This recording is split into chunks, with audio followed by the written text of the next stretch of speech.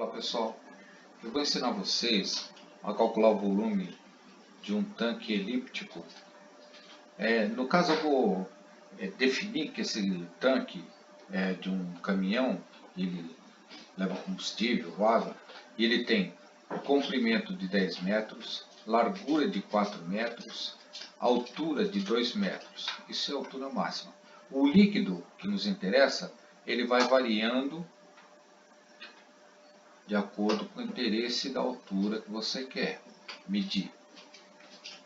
Então, a primeira coisa que nós precisamos saber é que existem raios menores, que nós precisamos saber que raio menor vai na metade da altura e raio maior é metade da largura. A equação da elipse que nós vamos precisar é a equação reduzida, que é x2 sobre RB, que é o raio menor, elevado ao quadrado, mais y2 sobre RA, que é o raio maior, elevado ao quadrado, é igual a 1. Lembrando que esta equação vale quando nós estamos com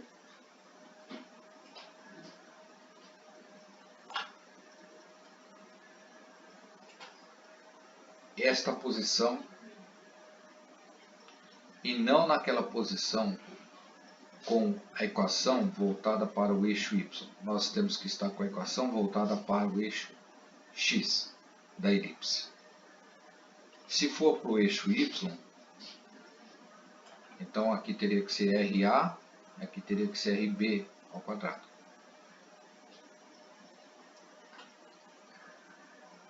Aqui na GeoGebra, você não consegue fazer.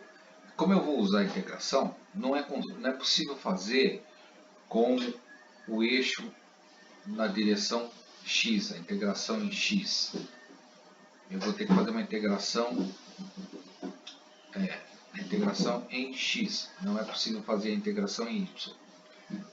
Então, eu tive que fazer esta. Você tem que pensar como se tivesse desta forma. Claro, a altura vai ser aqui em x. Pensando que na vida prática o caminhão não tomba, mas se você quer fazer os cálculos, você pode fazer ele tombar. Então vamos lá. Vamos ver o que é uma elipse, né? Mas com GeoGebra. Então a elipse tem dois pontos, são os focos, e esta equação que representa a elipse. Vejam que aqui não é uma equação geral, é a equação específica da elipse. Mas eu vou trabalhar com a equação geral, para você poder fazer isso em qualquer situação.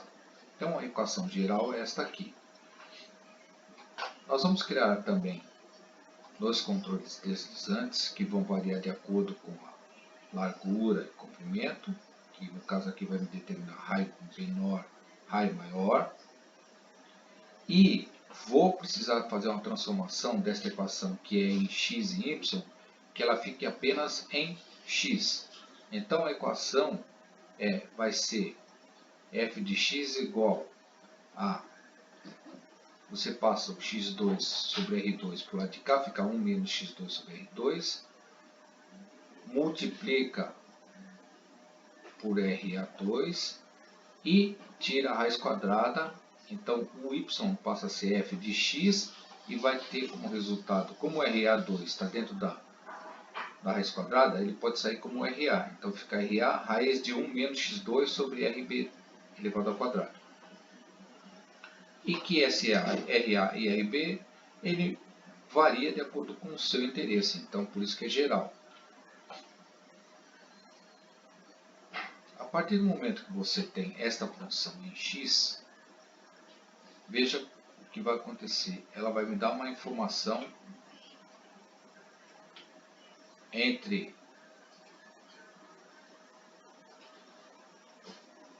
o eixo x e a elipse. Esta é a função em x da elipse.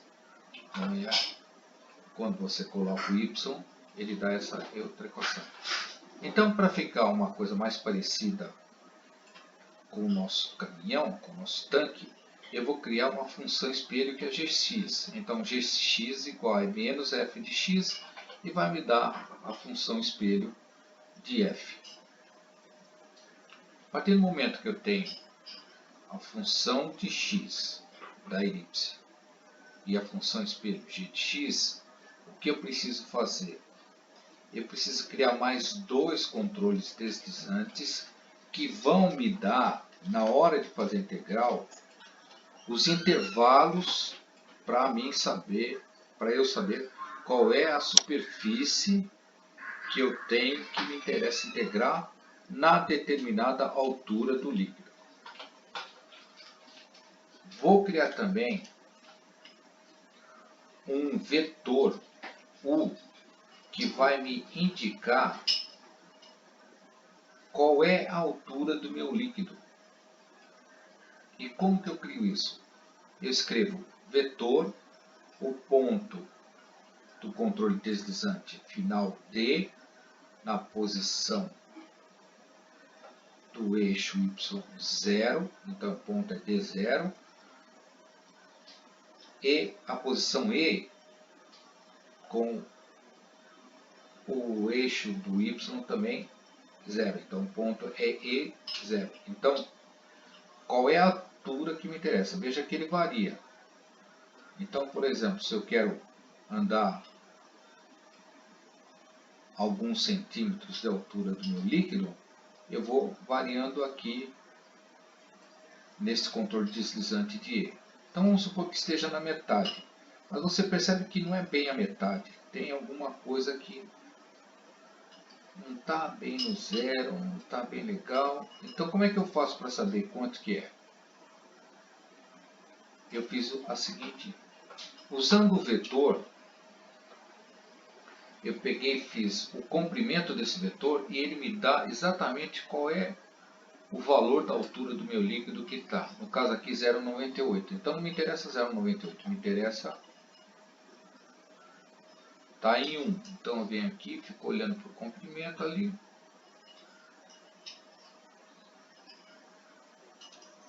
Mexi no cursor até chegar na posição 1. Chegou. Então, é a diferença entre o ponto máximo e o ponto mínimo é que me dá a altura do meu líquido. Então, para ficar facilitado, eu fiz este vetor aqui. A partir do momento que eu tenho o vetor, eu tenho a altura do meu líquido, eu tenho os meus controles deslizantes prontos, eu vou fazer a integral tanto em f de x, quanto na sua função espelho g de x. Então, a primeira integração que eu preciso criar é na função f, então eu tenho que escrever integral, a função é f, o valor inicial d, o valor final e. Então, no caso, é esta a área que cobre todo o meu líquido até esta altura aqui. Como eu fiz uma função espelho, então veja como fica mais simples para entender qual é o volume, qual é a altura que está o líquido. Então, eu preciso saber agora, se eu já tenho praticamente tudo, eu quero saber qual é o volume. O que eu tenho que fazer? Eu somo essas duas áreas e vou multiplicar pelo meu comprimento, que é o comprimento de 10 metros. Então, eu crio uma equação onde eu escrevo volume é igual a área A mais a área B vezes o comprimento. No caso aqui, o comprimento é 10. Então, é só colocar o valor 10. Ou você criar também o controle deslizante C, e colocar aqui C, e daí você varia conforme o teu interesse. Então, só que tem um pequeno detalhe. Se vocês observarem aqui, a integração foi negativa. Por que é negativa? Porque a função está indo no sentido contrário da integral. Então precisaria fazer uma função de E para D para dar o valor positivo, mas eu vou ajustar aqui no volume, eu vou colocar menos a integral de A mais a integral de B vezes o comprimento. Dá um total de 32 metros cúbicos. Até mais, pessoal.